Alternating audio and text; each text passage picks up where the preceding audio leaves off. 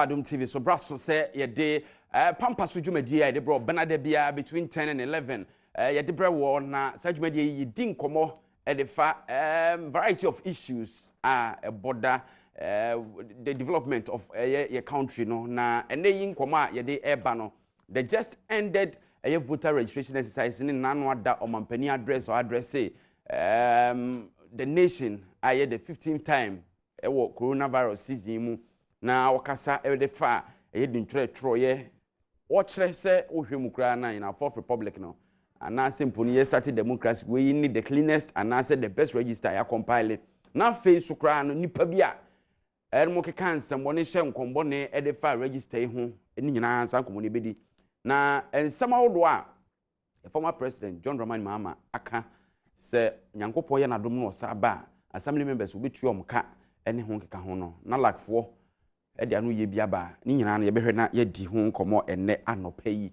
na wonim se ye transise ya ye ni abedwafo ene si nkonwa si adwene ni ba akofo trimunti ya na msifo free the new patriotic party MPP na fe the National Democratic Congress the two leading parties dum bia na parties na aka no no ntia se papa so eja ya mpanifo ka se wo bo mu na kire wado so hu modern mo no ene empo in the fourth republic wo mo a akwakọ etafrahwe ase anani ana butu enye MPP ana NDC nye NDC ana MPP wo mani abre pa no say ye ka say some of the parties bia am person may use the word smaller parties even selection of more regional and national officers no kra no enwie mu die mpo no no ayi flag bearers ne ho keka ho we no de na aye ready ono manifesto so mama ye date nyame adom Saturday MPP launch the manifesto the next week NDC launch ne de other parties no ye hwe ne mu da ben nti yedi nkomo na eto da bi na se wo nhye dan hu omo bia no ma ho boabo ano so no ba bia ekwakosie no enuru epo saa na meka sei me wo me nua bema baako Emmanuel Anyima a okọ elembele mpotem ho no mu a ene wudi akotene yi papa o communications team member edma NDC na ma ne frɛ no elembele keke elembele keke wasere arofo midin edna na se yampofo Jane Jackson Priscilla na afa wo be Kofi Ampedu na dwumadi mo tachire camera sound fo bi aye na afa mu de light esu din elembele keke good morning morning na aponum ti say adom ne mo pai bo yara na ya tu din Emmanuel nyame ne ye wo ho anyi man su mu odu kama nti elembele keke no fi he na be si mu afofo je anofe ma menchia ahwefo nyina nkanka ne elembele fo omo agibra omo hweye ne kase komi MP ono aboy ma no makofi bo a mechia na no pe onim se kompeso ane so a friend action man na ma menchia the secret behind the elembele keke no on say me yenzimeni elembele ye constituency ne din e na onim se osaje fo Dr. Kwame Nkrumah ofri Nkrofo e hono so eye elembele enti no say yetumi produce a first president wabeji independence amagana se eyemi awoho a se eyemi enije se bebia amekobia no me ma me mpaso elembele no e kan odi sa me mpaso afo no hu se mienya obi a ene wachekere Ghana anya Ghana bebia ne pomasi bra ne president na Addo dan kwaku Addo nso eye president wom enti no eyemi awoho eyemi enije enti no bebia amekobia mpese me mpaso afo no hu se eni kwan se omu se ye fi akọ elembele ne yesesa wasinti enka Ghana ho anase ye wechire da bi bebi e wo bi eti Adom studio kwa de okay dem se da bra se me so me de mampon ka me de mampon ko obiana ma na the crew dia kan dia South America for ko wa South American flag de bo ha e bo mo America di all right that's the secret. Before say unua Jamaluddin Abdullah eba be kan ye ho no a quick one on this. Osi Mahama promising allowance for assembly members when voted into power is a political gimmick. We are General Secretary of NALAG now. But the General Secretary of National Association of Local Authorities of Ghana and Patriotia is not coming from a politician. The General Secretary of the National Association of Local Authorities of Ghana, NALAG, Aumuna manage local assemblies and district assemblies. No, Mr. Kukru Amankwa has stated that the promise made by the former President John Dramani Mahama to assembly members by giving them allowance is a political gimmick. So all the assembly members should not take it as serious.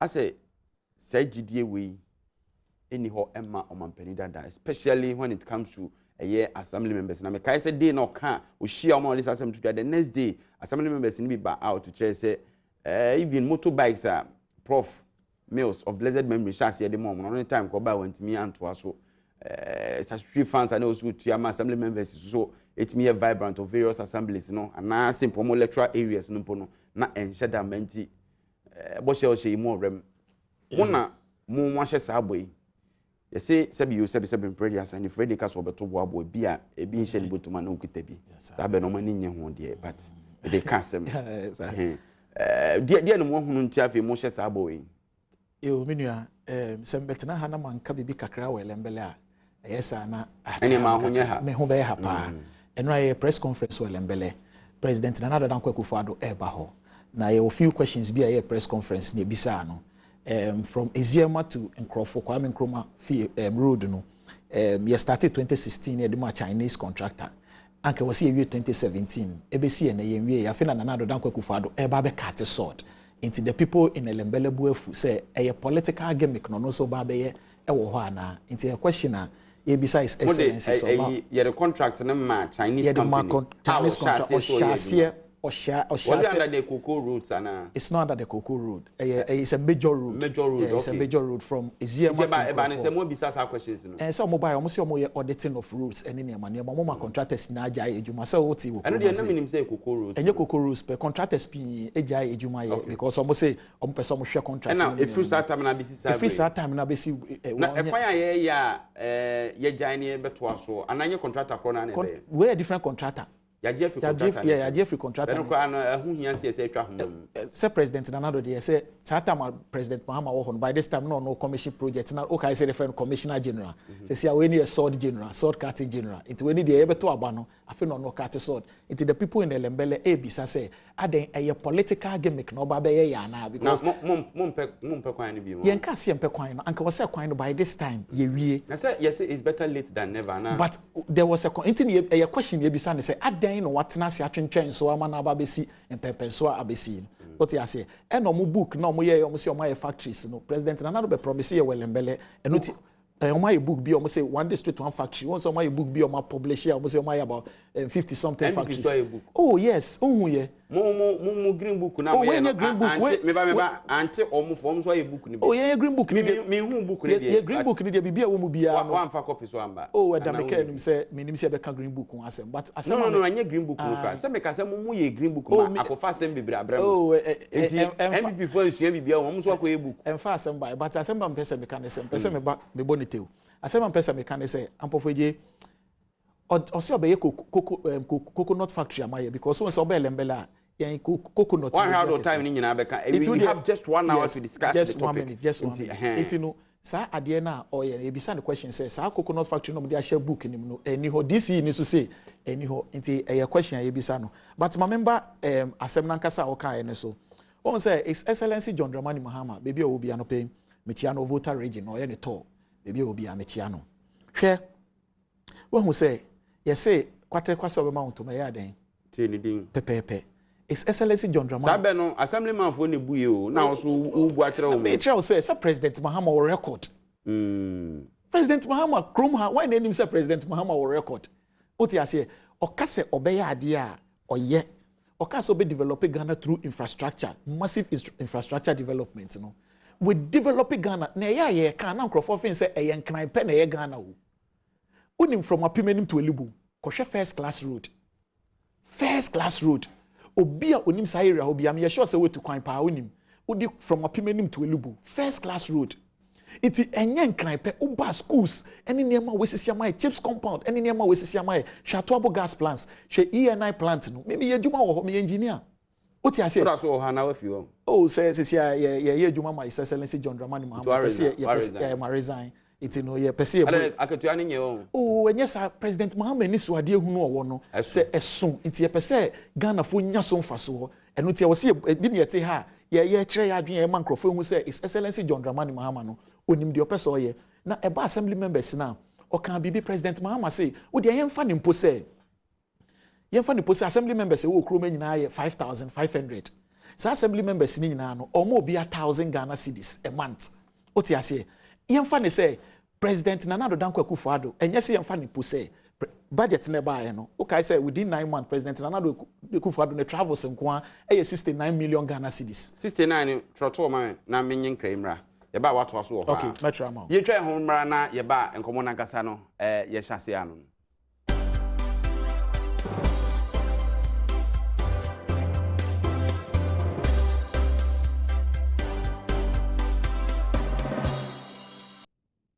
eti nondo abapa ho sima duno mo guso hwe Pampaso dwumadie na mewo elembele keke ewo menchen na Jama Abdullah enso ewo ha a wono ye MPP National Communications Team member enti keke ma wanu nsi na ke yenhwe voters register na asem enti no President Mahama say adekronti osi obetumi etua ne say Hana o kasika calculation 69 million bi na o kan e na make yin say yemfa ne 69 million President Nana Akufo-Addo budget na ne nua Kenofori de ba parliament no Ghana photo nsafo de ba parliament no o say within 9 months per President Nana Akufo-Addo travel expenses why 69 million Ghana cedis for only 9 months in 2019 what you say enti ne say otumi to kwan 69 million what you say Ghana cedis ena one kasa President Nana so to kwan osan high private jet no mutu $17,000 per hour itu kasa ne money nyina bomo esika twitwiri dia eye waste it is as can see are you saying say President Mahama oba on to kwan President Nana in the history of Ghana on way to kwan pa and only 9 months per when you 69 million Ghana cedis. Is it just about kontu and say am hwe de wa kontu na okoba then we the abre wabobusia more than 140 billion and then ye hu hwe lembelefo na oba ho ye bebisa ne say and then no ya maye no it is obobusia who much is given it is as can na expected assembly man for asema ye can say even if you save that money and you see government is about saving cutting costs physical expenditure no over cutting no it is a President Mahama say oba ministers no po be reducing na wakati cost because V8 ba kwa Jamel de ba say sa V8 ni nko an etumitua assembly members na Jamel oye meba oye government appointee so the baby oshe so no ya we oye government appointee who nim our national service me running errands it asema make can say even your cut sa cost na assembly members no see mo be 1,000 Ghana cedis a month na 1,000 Ghana cedis a month assembly members 5,500 inti ebeye 66 million President Nana Akufo-Addo for 9 months per baba this is a year you've been in power before sa cost ya ka say Nana do inke sa tam na mo inke says can one farm assembly man so what has changed when we say we are say economy I free be dynamism niema sesa we wi ase mbofo je me no ti we kura say atare bi wo ho enra wo share wo say hu no chine bi mo pesa wo ye den you want to make changes in life into life your dynamism any into President Mahama say ne ni so ade ehunu a wo hunu na enye say obetu assembly members ni keke obemo mo specific job to do the job is that say see wo akola send your register no birth and death ne kra no any sa ne no eye issues kakra into your responsibilities mbemo mo ewo electoral area into ye wo akola wo electoral area bia assembly member ne ajuma obe ne say obe make sure say be register akola no enya no birth certificate so that we have a robust data from the local level into eye juma no mo so ye into say wo hwemu a ebe ma ye local governance ne so ayeden emu ebia ma assembly members ejuma no enionyam aba ho ama say ye local elections kra you will see prominent people any crofo people want to partake so that your local local system no local governance no and also because the local governance no ekosoro esoro no ebe easy all right President Mahama de kaso be ya I have hopes obetumi ye nhwe na lakfo na etrese Mampeni Mahama allowance or promise assembly members no omumfa ne se eye political game keke na lakfo na kasa no hu nchechemu na beto se onua echechemu se eye anibresem ampeso moye. First of all, medasine akwenya odi amame fanchi akese ma e ahwefo ene mampenyin na bidie ni obi ara obojumaden ama o mind de tuma pay fra bibi o mu obi a mechia papa no so ne na danfofo ne nkrofo bibi ara mechia o mu ne papa be say papa no obi enim papa why papa be ya papa no minnim papa ya papa na o mo say o mo keka no ho asem no na asem abede mente de o kana nti wonti oba Pampaso just be plain and straightforward papa be na kana na say papa be na o chia na say papa ne de trace bo ache papa na ono aka ma obi age ato mu ne papa be and papa no so mo say John John Bain. John I named say former President John Mahama. It is a no more can. A former president now or refer to Papa. So your Papa no. I know your Papa. For me, I don't know. Okay. I don't know, sir, okay. Indeed, dear Tracy Boache enemies but all canon. Or no sa Papa Michiano baby will be because me an ordner. I believe in polygamy. Inti say lembele a keki a castle or waribia can near one any problem, mammy. Because me I know. That's not the issue. Akwenya ba say intro. Akwenya ba. Intro now we na. Akwenya ba. Intro papa. Akwenya ba. Intro now. Akwenya ba. Mischievous intro now. More than that. Inti say young advice.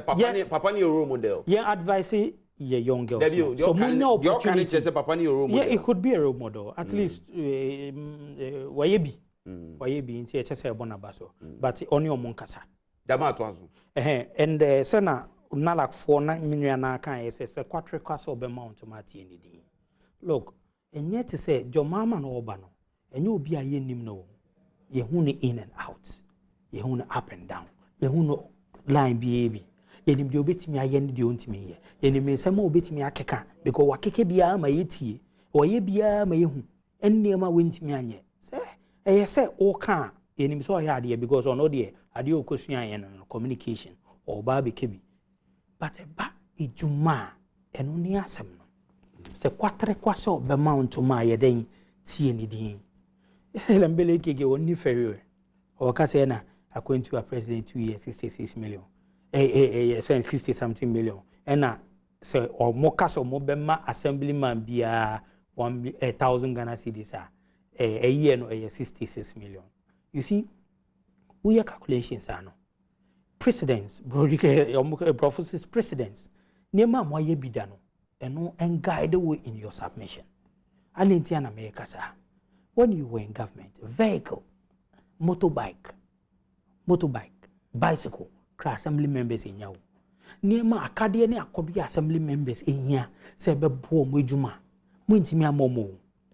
And there will work opposition, who after all cardi obit me I am momo. Aside that, allowances, I hear more assembly members. Then you come, because we have power needs is here, Yensha Bobby and Yonko. Then he's forgotten also say, 66 million or a no year calculation as a president, I took any then. Essence, he's forgotten what this president has brought to this country. This is a president, Yaba power. Okofa, Sikabai, am I a planting for food and job? This is a president. Anye bia ye hu hwe kra ye hu year of return de de bro man yi. Enne me ne wo ka say Nigeria for omo launch door of return. Ekosi aga. Benin, Cote d'Ivoire, omo ni na because vision ne policy. Omo say kai this president na Akufo-Addo no. Adwin bia okra no enya adwin ketwa. Ye mo neighboring countries, Africa na person musua de ye no. So when the president was going around, but the number of ministers in the country, they are so my brother. I don't know what say. One president, inaugurating then okay. I say I'm a man in hurry. In age man catering. Where were we? Look, we were under IMF. Sir under IMF no. Na me nua ba we school no nye juma nye. Na nursing and teacher training allowance ni cancel. Na your friend say na school. Nkolo omuwie SS no mutimi nko SS na ka road fund ede omo de road fund kosi awawa then omo ye manyem na bibia ye nkosu yi oban yi ba ye de no oye sa ni ma mess na ye betu tokuru na ye behu ye no yesimi akata so ama ye si abronsan ye nka se ye ba ye bibia but sebe wa wote oman yi mu bia hu se insuo ni nsa insunsunye wo ene yaso ni nehu inti I'm not surprised say even here comparison with 3 years to their 8 years no they are struggling because ono one akomemu onim said this elections Ghana for omo Rome enim emfi for monkoso they know what they are up to and at the end of the day atenga antimuni antiama oton edua ye de twitwi esen e wo Medina market so what elom elom a oton banku ene akplen ende ne nuane mo ne mba no mo omuni na anya akonya ko free SHS ende yewura nweye mo covid ibai Egypt so Malaysia so Malaysia they be on can analysis and Malaysia we started with them and then Malaysia is in recession.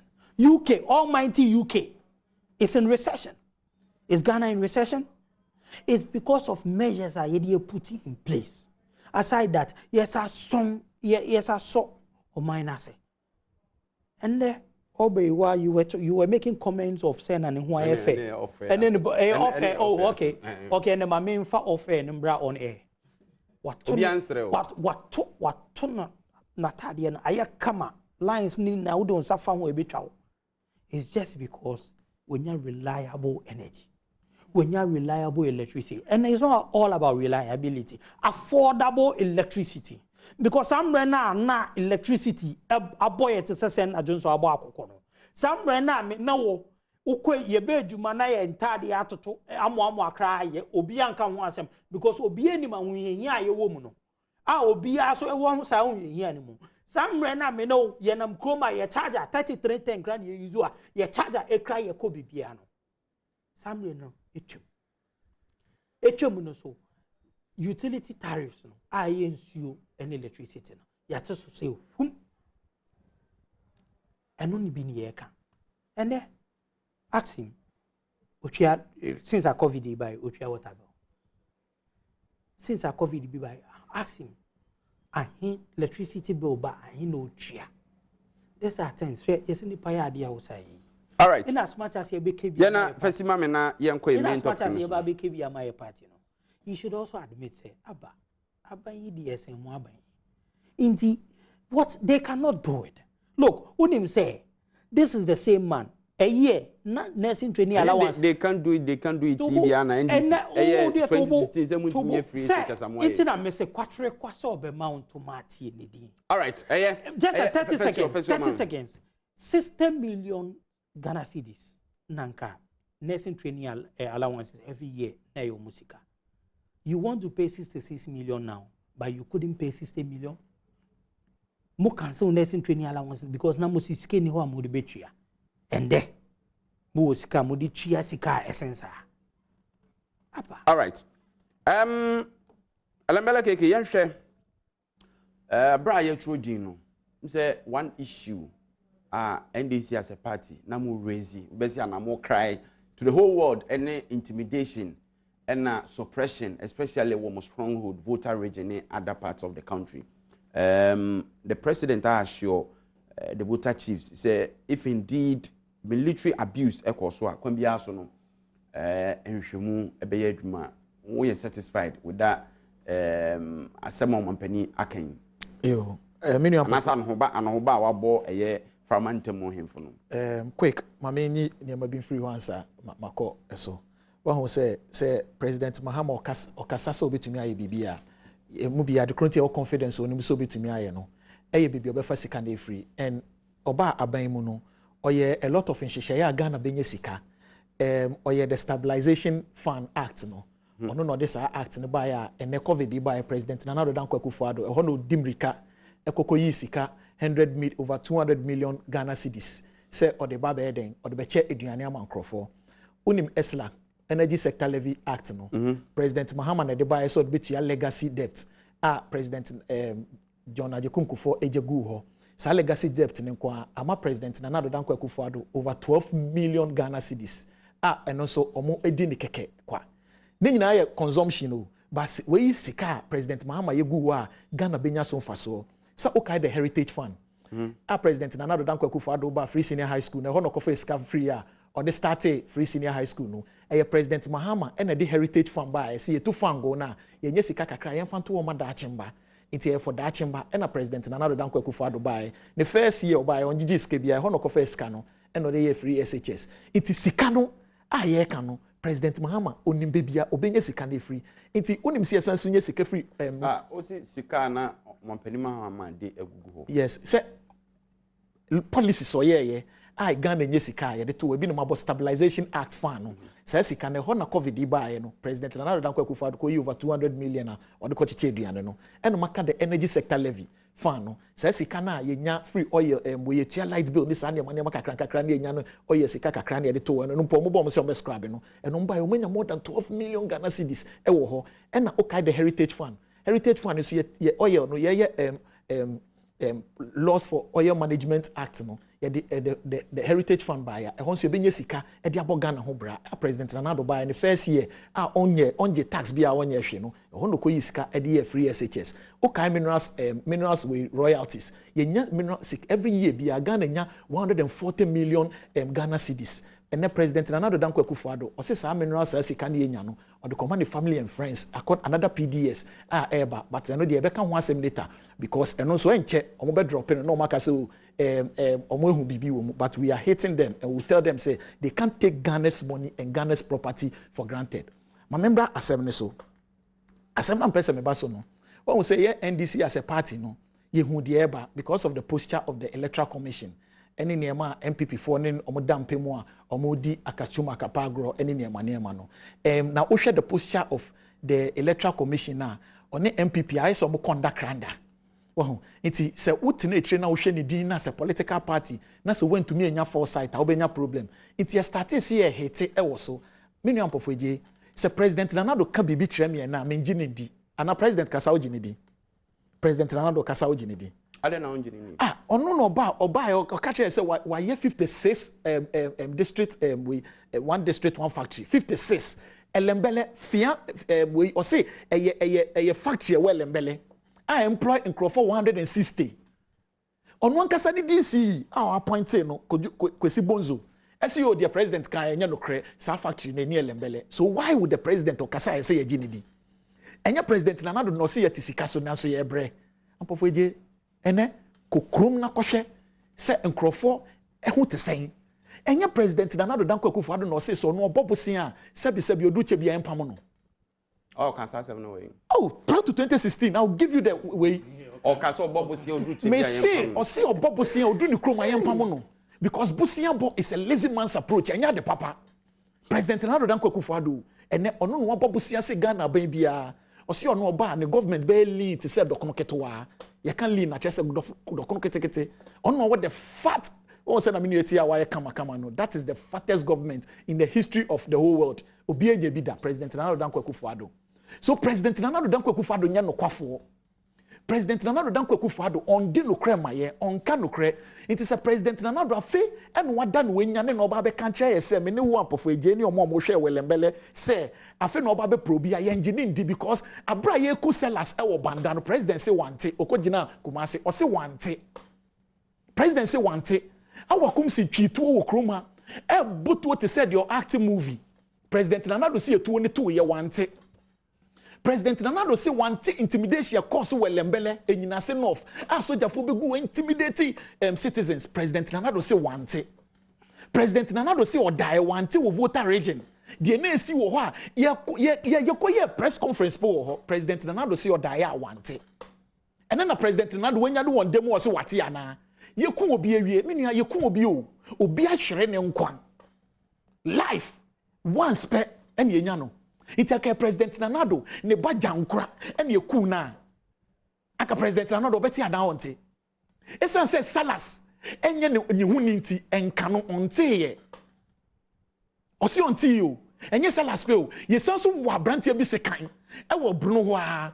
president Nana Addo wante 2 people have died 2 people into CDD say this is the only registration ya has yakowo you see me come with passion because obi ewuwom me come with passion because nipa no wewu no mafa ne se menua sabe me mam ne papa ka baby nti edi Mother's Day and Father's Day am di bi minim senete me nyani su abesu asem na me ka kire no nti se na president Nana Addo say ye ku obi no wate a amen so ale ye ku no special kire se onte ya na 4 years ono ani nua JB a ye ku na wabedi president iti president se anya o ya won kasa onua JB utumi ma ye nya hwehwemu fast ana iti se president Nana Addo Dankwa Akufo-Addo se ne no wabe sorry ene ye kwakoye elections ene wo hu se elections so wedi nkukuo je se ade no afono no a and oba be catch Ghana for sa asem we say oba be probi no. So ma catch us president Nadu no onya no kwafo.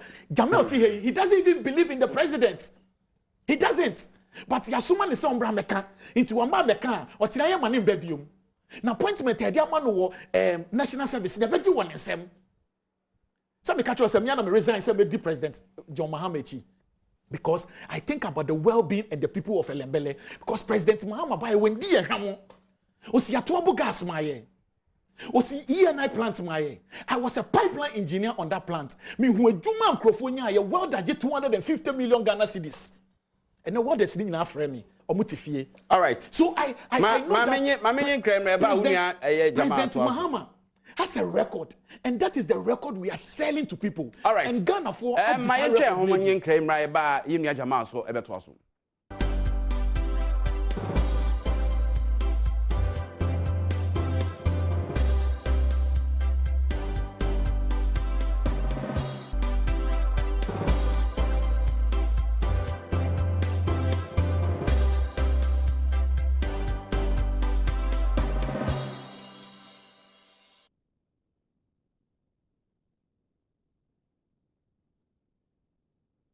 All right, we have 16 more minutes to go. Now, Yegusu Edin Komo Efa assurance the president, Nana Danko Kufaro Diama, the chiefs of Volta region, say Obeshe Aprobi military.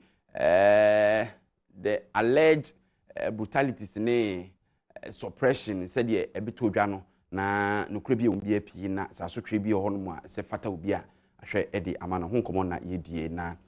Jama.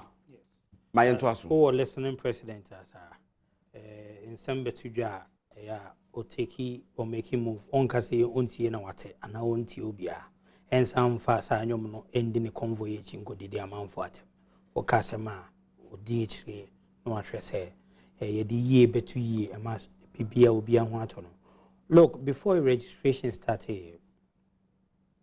The moment I see your margins on being you register. Yet 10 accusations P, yet 10 SMP accusations say in them character assassinations, even threats of life in Niama Ekekam. Oh, joining ye anytime be a beba vetinai pack be a nakodani blues because Mumpese bebaso. Openly, Mukase mu empene manembas on the Mumpene manembas watchina. Some of your colleagues sat on platforms to cast Mukase, young castrate you. Say registration no ebaswa. It's just because they knew what they were doing. Inti registration no ekeka ya ma ekosi committee of eminent persons. So mo mokase no ade isi ye mo akwenya no mudi ho ejuma no. Still NDC for your margins or mo pene mani registration enkoso ende enkoso chana. Na men chadi registration never 8 maybe. Yes. The issues of registration in elections in this we have police for honor MRP places or more friend of flashpoints because we share the history of this country. From 92 the history of Fourth Republic. They've consistently have issues in that areas. It's in the MRP of flashpoints. And issues are you facing in this registration no. And yet yes bibi new but you improve it year in the year out. But before I remember about accusations, no, say, or say, boy, no, we or bandano. Salas, unfair, when you say, oh, they share registration. Your own people in Banda have admitted. Say, a year the MP no stronghold, the MP no chrome na sadi ni see here.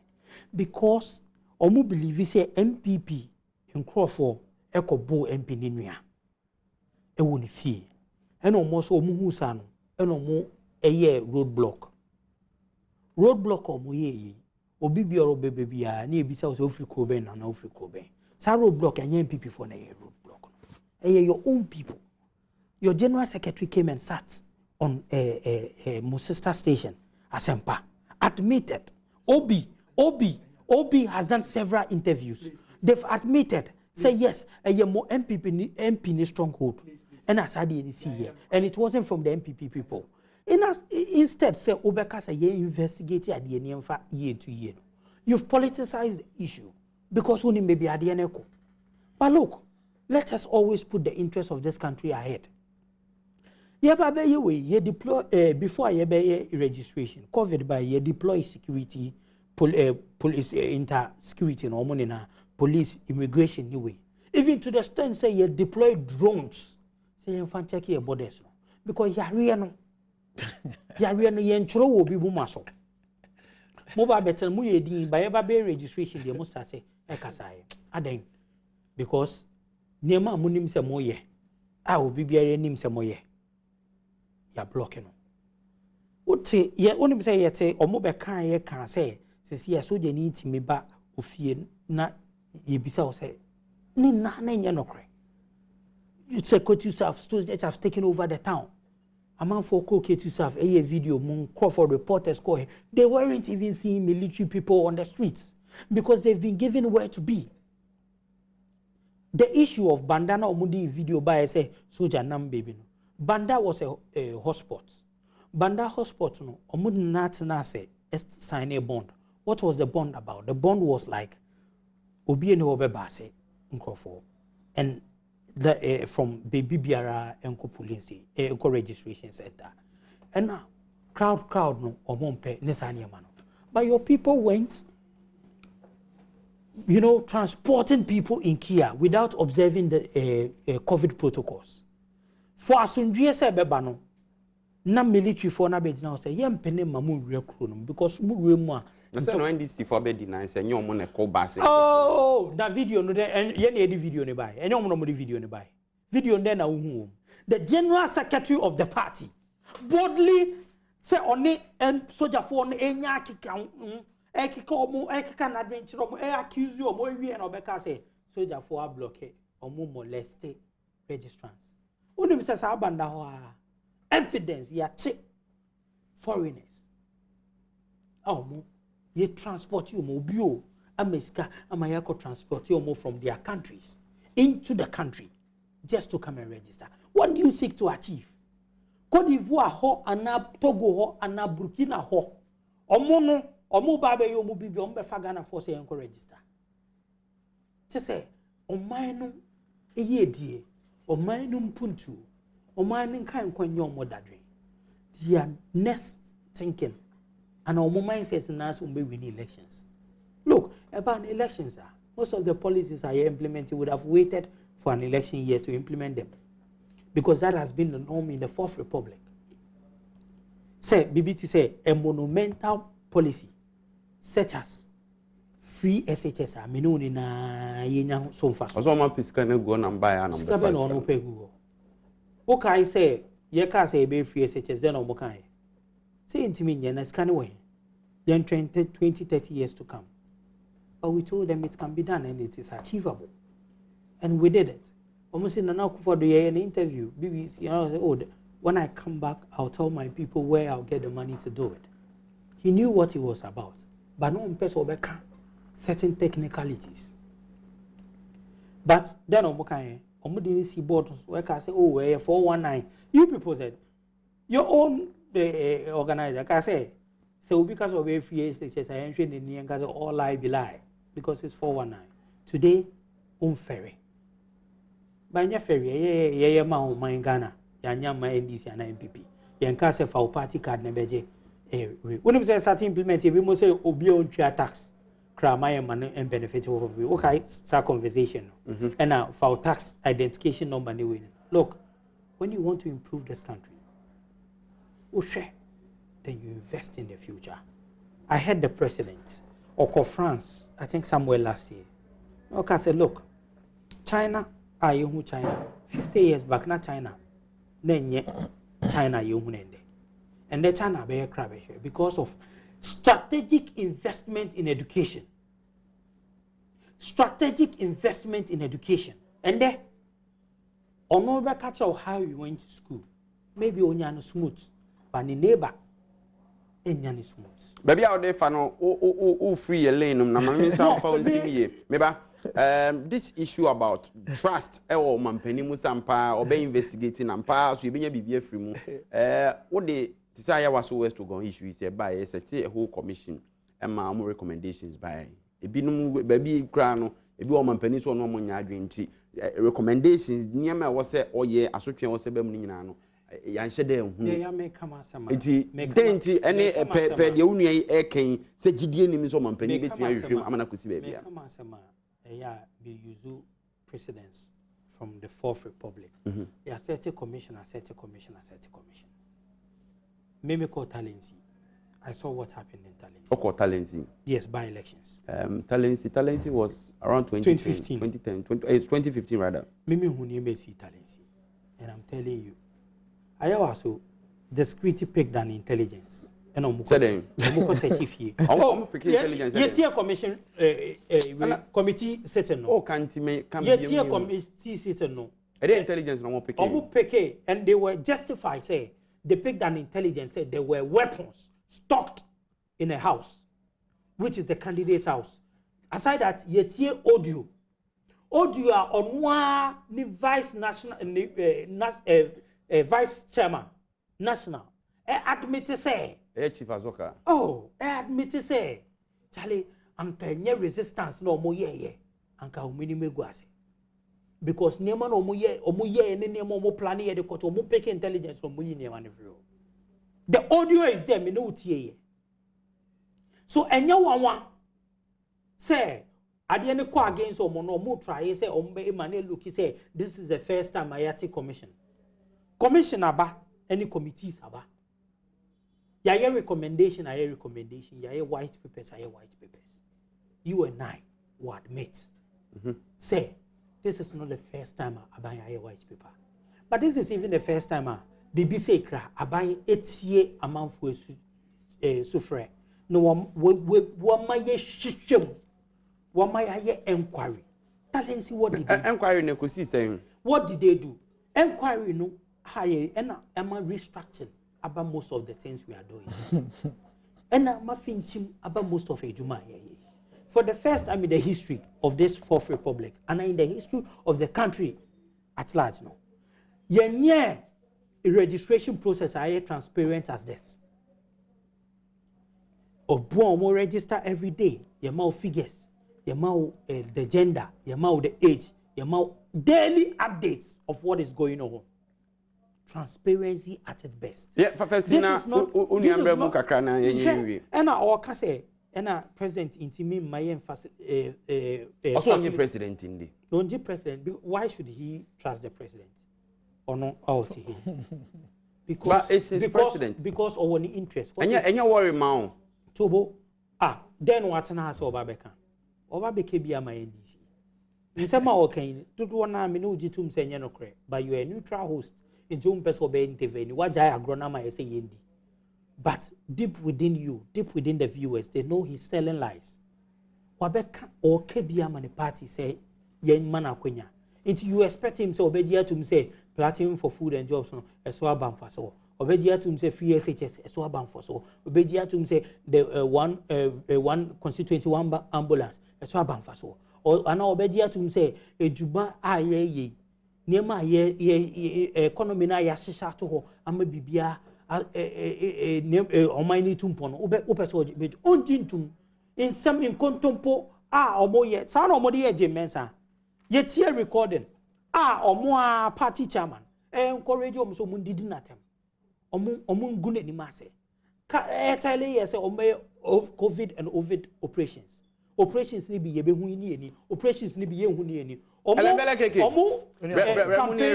of their campaign every free and then or can you record them. These are Nema Epie ayen na yehu yate ayenim so moye nti enye wanwa obeki cancel but the people Ghanaian citizen president ne ka se obubu na kwenya na sa kwenya no obema omo free SHS obenya adwuma no eno oye no ade ba ko a yisi minim Jamel pa o yemi nua prekope minim ne pa na wama MPP politics asay no you see a young and upcoming politicians ade ba ko a wo say see ni so a wo say politics a ye de ye ampofoje eye no kredi say ye politics na ye nka no kre enkyere ahwefo ne Ghana fo no mo gi yendi for once because bebre ne bemebu ewo politicians mo yenka ni na mo NDC ni MPP ya entina make mo na mo say o man mo jitum say mo na mo say o man eye nukredi am bi mo ndi you see and that is why the new generation e ba no ye pese de nukredi e ka ho ama dachi we are sure say mum na mo de nukredi e ka me ndi ntro ye nukreto do na make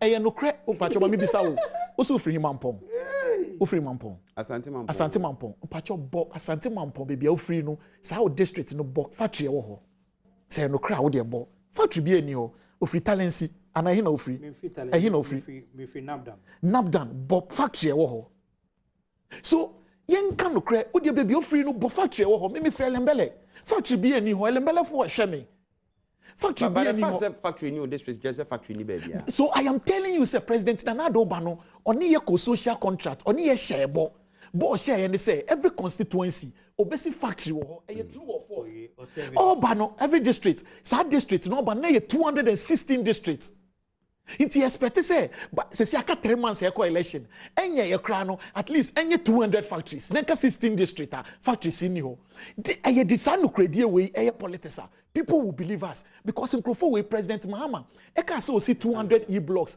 I was starting with 100 I will 56 no yes you are incompetent do you understand me so omo de susukuru we bi bae inti ade no we are doing nyabotre we are doing this politics with records inti minion pofodie asema me pese me kan asema me pese me kan yebre na so e yo mo ka say na say me akame no na so mane nya na it would nim sana na wo se bono various stages it no nim sana na wo se bono mami time na so we what sim there e wa gona sechere omo produce rice agro what is so constituency what is so district eku fit abreno aso mame fa enase ema ye me panel members na me no mo di juma no Jamal Abdullah MPP